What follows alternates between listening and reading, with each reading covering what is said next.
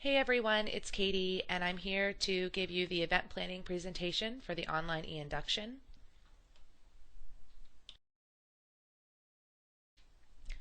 After completing this presentation, you will be able to understand the importance of event planning, define and describe the various events you should offer your residents, and how to successfully host an event from start to finish.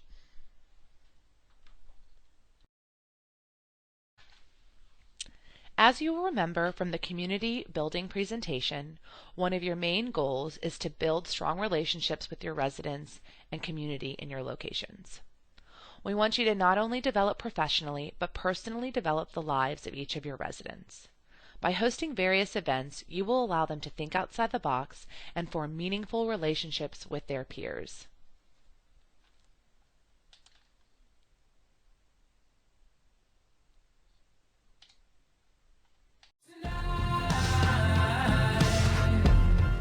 They want. You see what they want. You assess their wants, because if you're going to have a comedy movie night and half of your residents are only interested in horror movies, that's going to be a bit of a colossal fail. You see what they want and you make your event successful. We had like culturally themed nights where the turnout was amazing. I would say 130, 140 people kind of popped into the common room over 3 hours. Yeah. It's great. So I mean, I would say it's all about feedback. They need to be in a kind surprised, I would say. Something new, something. And then it's also luck with the mixture of people, because if people mingle who really start to like each other, who get along very well, then it becomes a pretty good success. What I can offer and what makes a good event, my initial thought was we'll make it free. Because free stuff does get people to turn up, to think about, would I do this, would I come to this event, would I pay money to I don't know, I think a lot of us measure it by the amount of people who come. But I don't think that's necessarily fair. I think it's more about how much people who are there enjoy themselves. And I remember with the Chinese New Year in our residence, there weren't very many people there, but the people who were there had such a great time. Afraid of charging money. You've got budget, use it to subsidise events. I mean, we are about to run a trip to the zoo with a decent offer and a bit of subsidy on top. It makes it sound like a fantastic deal. It is a fantastic deal, but you don't have to be a marketing major to sell something when you say it's £15 off. I agree with that. I think it's not about the number of people that are there. It's about the quality of the time that they have there. In the same respect, I ran a trip to the Highlands in November, where we essentially took a tour that would normally have cost a couple of £100 for the weekend, but where we were able to sell it as pay us £50 up front, you'll need another 25 over the weekend, and we're good. It was really popular. Now you'd think, who's going to pay £50 and then know they're going to have to pay more money? But by selling it like that and then saying that there is a discount, you do appeal to a certain kind of resident. And so don't be afraid of running a good event that costs money, because people... Events that are paid or not, if it's a good event, it's a good event. Cost should not... I mean, cost should come into account, but it should not be a hindrance. Yeah. And if only 10 people are interested, well, then you cater towards 10 people who would otherwise maybe not show up to something.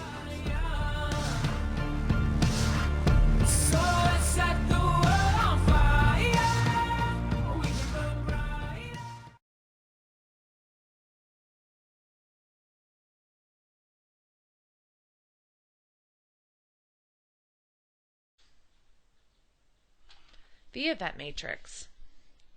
This event matrix displays how Residence Life views event planning. You will notice that the first section is connection to your residents. Once you have built this connection, you will expand it into the connection of your house and site. From here, you will start making connections to the Greater University of Edinburgh.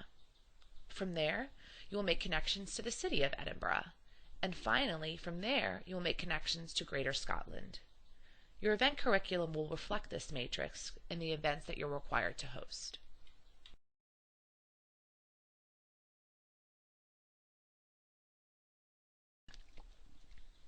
So, what types of events do you think you'll be hosting? Residence Life offers events in 8 different topic areas. This is so that we can engage students from all different backgrounds with different interests. The newest one, academic events, is an area we are hoping all sites focus on, especially this year. The numbers next to each of the bulleted topics is the amount of events you need to host in each category. This is the minimum, although most sites will hold more than the stated numbers.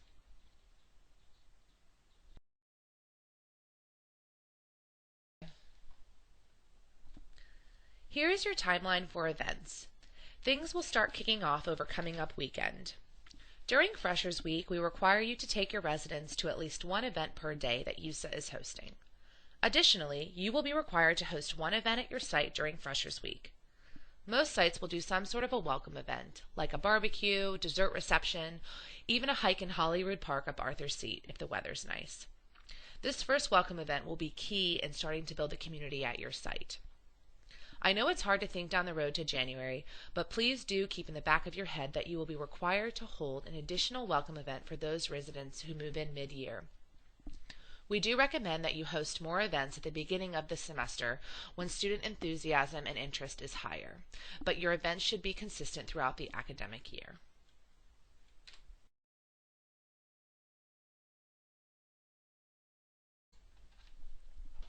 Community building. As you know from the community development presentation, it is important to provide your community fun yet focused events early in the autumn semester that set the bar for the rest of the year. You will have residents come to see what an event is like, and if they aren't impressed then, they will probably not come back to an event all year. Your community builders can be social in nature, or they can focus on a need that you see. Feel free to organize more than 3 community builders. In fact, most houses and flats will have many more than 3 community builders next year. So remember, this is a minimum, not a maximum.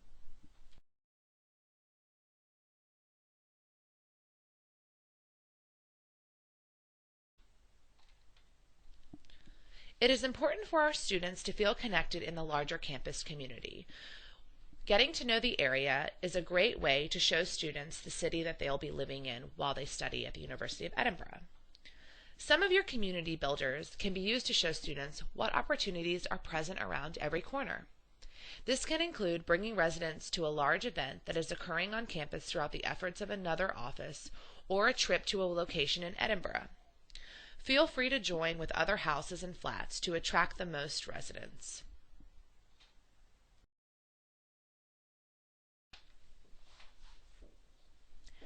Have you ever heard of the Freshman 15? This stems from a belief that when first-year students come to the university, they are bombarded with many different food options.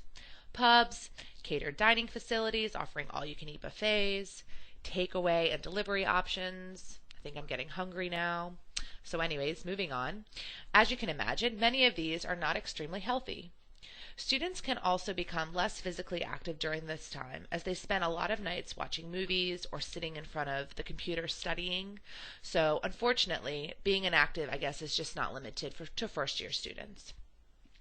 Your wellness and athletic event is meant as a way to encourage your residents to become more active. Some students are a bit self-conscious about their coordination or ability to participate in organized sports, and these fears should be kept in mind when planning your events. So perhaps you may offer incentives for the most vocal fan or the best dressed supporter.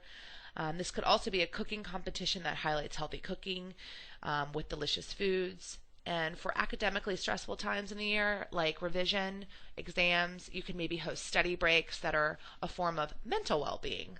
So think yoga and yogurt or massages. These are always really popular amongst the students and do fit the wellness athletic event topic area.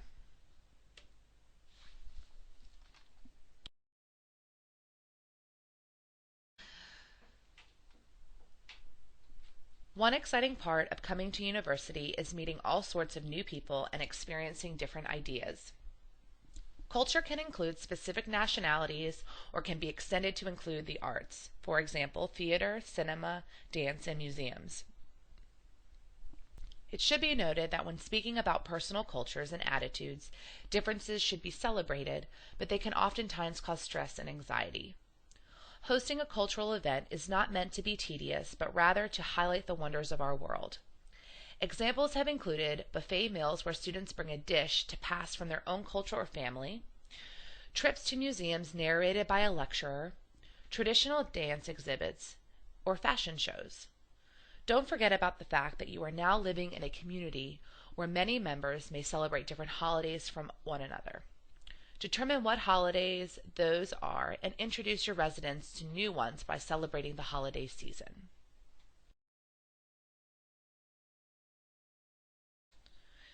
We can all positively impact the lives of others. Charity reconfirmed that students are members of the City of Edinburgh community as well as the global community.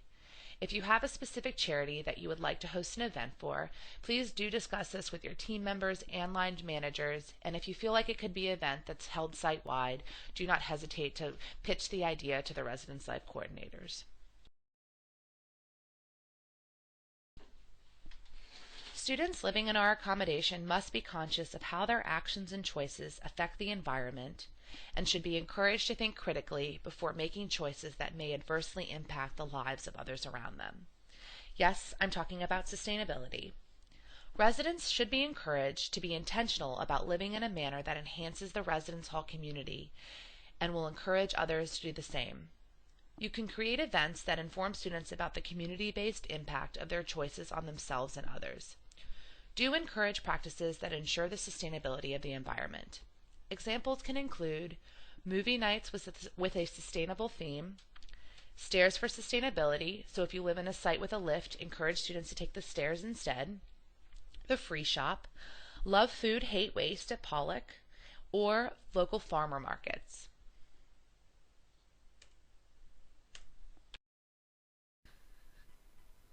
We will discuss academic initiatives in more detail during autumn training, and you will find a copy of the PowerPoint used in the e-induction resources. Our departmental goal is to organize events that promote academic and curricular growth and skill development, including, but not limited to, time management, formation of study groups, and facilitating study skills workshops.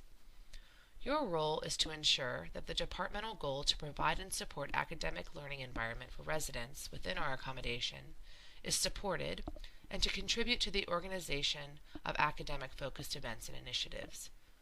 We expect you to achieve this by completing one of the academic sessions outlined above each semester. Support can also be sourced from other university departments, such as USA, Institute for Academic Development, also known as the IAD, and PALS groups. Joined-up initiatives between other houses and departments are also acceptable.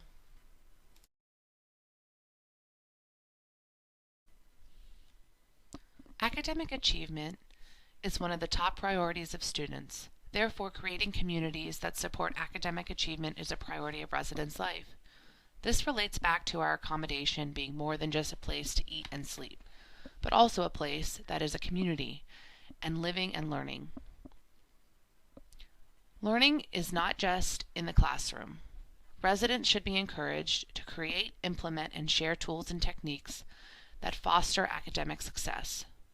To promote and foster this environment, Residence Life staff organize events that promote academic and curricular growth and skill development.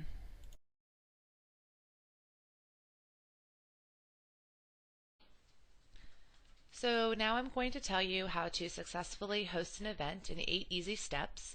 You will see this event template under the events section of your online e-induction, so feel free to pull it at any time if you need it as a resource, and we will go ahead and get started.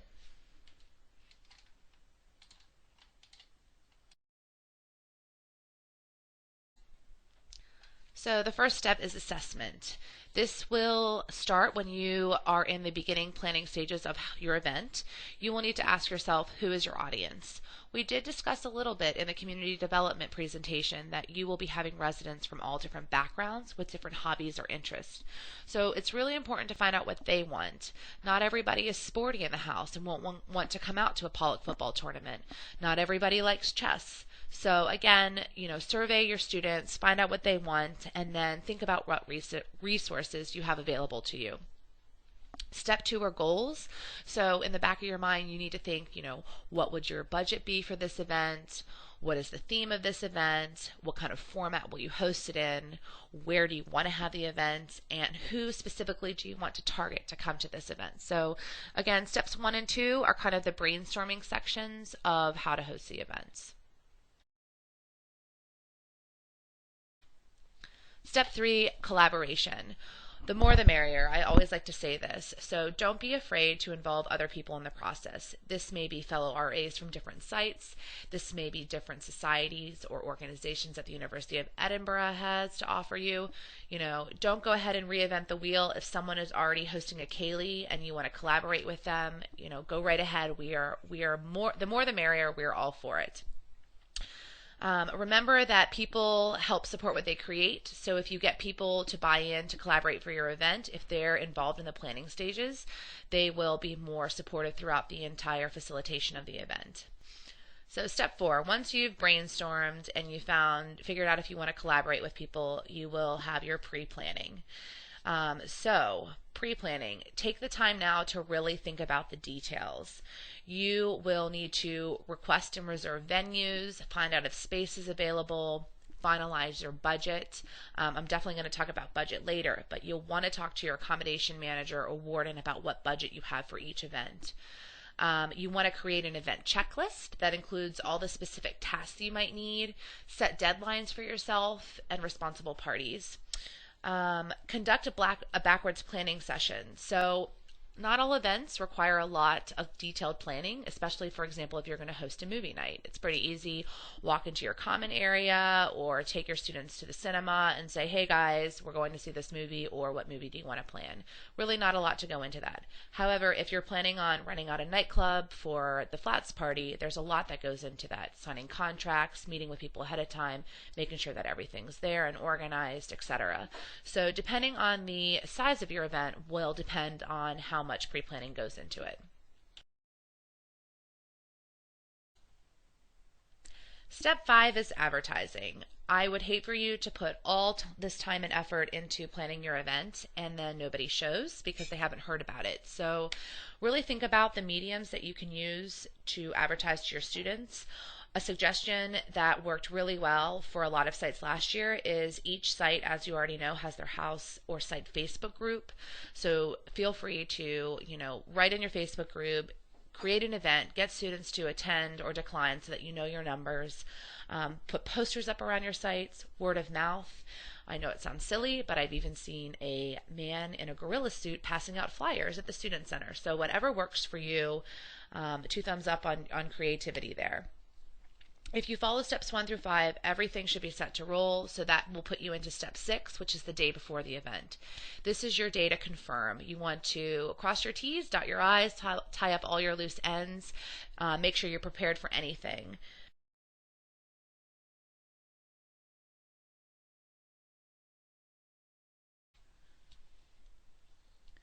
Step 7, the day of the event. So you want to walk through the event in your mind and make sure that you have everything completed. Double check your list, confirm with all your volunteers that they're going to be there, pick up any equipment that you may have, check in on the venue, meet up with entertainers prior to the event, and make sure that they know when and where they need to be. Once the events get started, everyone will sit back and enjoy. So congratulations, you've hosted your event. Pat yourself on the back. You'll be really proud once you finish your first event for those new RAs who haven't done it yet. So what do you do next? You want to make sure that you follow up in step 8. So you want to make sure you complete your event evaluation so that Residence Life can make note that you completed one of the event topic areas. You want to thank anybody who helped you put on this event. If you had guests come in or guest speakers, or if you had other site RAs come and help facilitate things, make sure you keep those connections strong. Chances are they may utilize you later in one of their events, so good to keep things going there.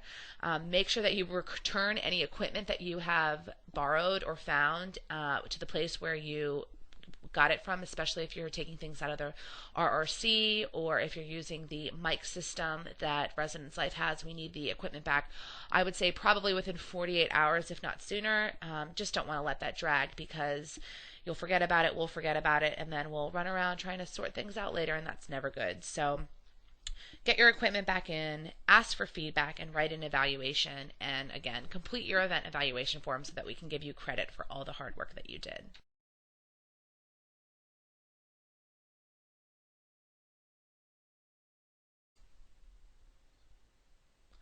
Budgeting for an event. You will be handling a lot of money as an RA. You will be receiving funds from your line manager to go out and buy supplies for your events. So the number one thing I need to reinforce is that you need to discuss with your line manager well in advance of spending any money how you will buy event supplies for your events. In the past, we have had RAs go out and spend money without getting permission from their line manager, and unfortunately they were not able to be reimbursed. We do need to make sure that you are approved for everything so that you're not spending money that we don't have. We do have specific budgets set for each of the sites. So if you talk to your accommodation manager or warden, there should be no problems. Just please do this before you go out and spend any of your funds. The other thing to keep in mind is one of the policies of the University of Edinburgh, not just Residence Life, but the greater university, is that you must have a receipt to be reimbursed. We have heard in the past many stories of how RAs have lost their receipts, or they didn't receive a receipt, or the dog ate my receipt. We've heard everything about why you don't have receipts, but just keep in mind, if you don't have a receipt, you can't get reimbursed.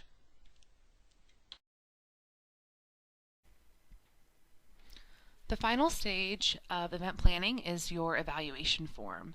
This must be completed following your event, and it only needs to be completed by one staff member in your team. If it's a collaborative event, so for example 2 sites have been working on an event together, only one member still has to complete the form and can just note on the form the sites that participated in the event. So what's on this form? Things like the name of the event, the date the event was hosted, the location. Those will be topics that you will have to cover. Additionally, you will need to select the topic area from the event expectation form that you want this event to fulfill. This sometimes is an area we do get a lot of questions in.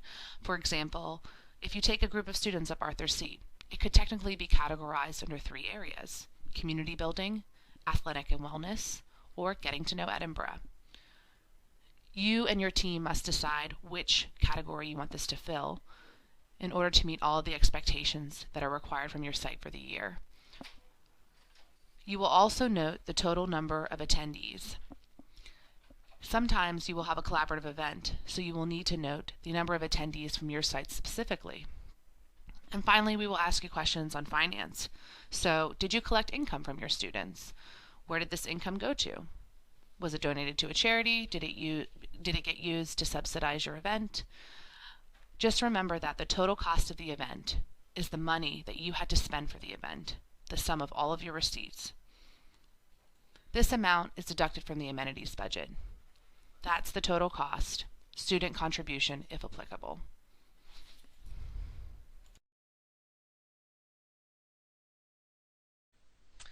Well, congratulations, you've finished the event planning presentation, so thank you so much for taking the time to listen. Again, we will be going over this more in detail during RA training, so if you have any questions from this presentation, please note them down and don't hesitate to ask them when we see you in September. Thanks, bye.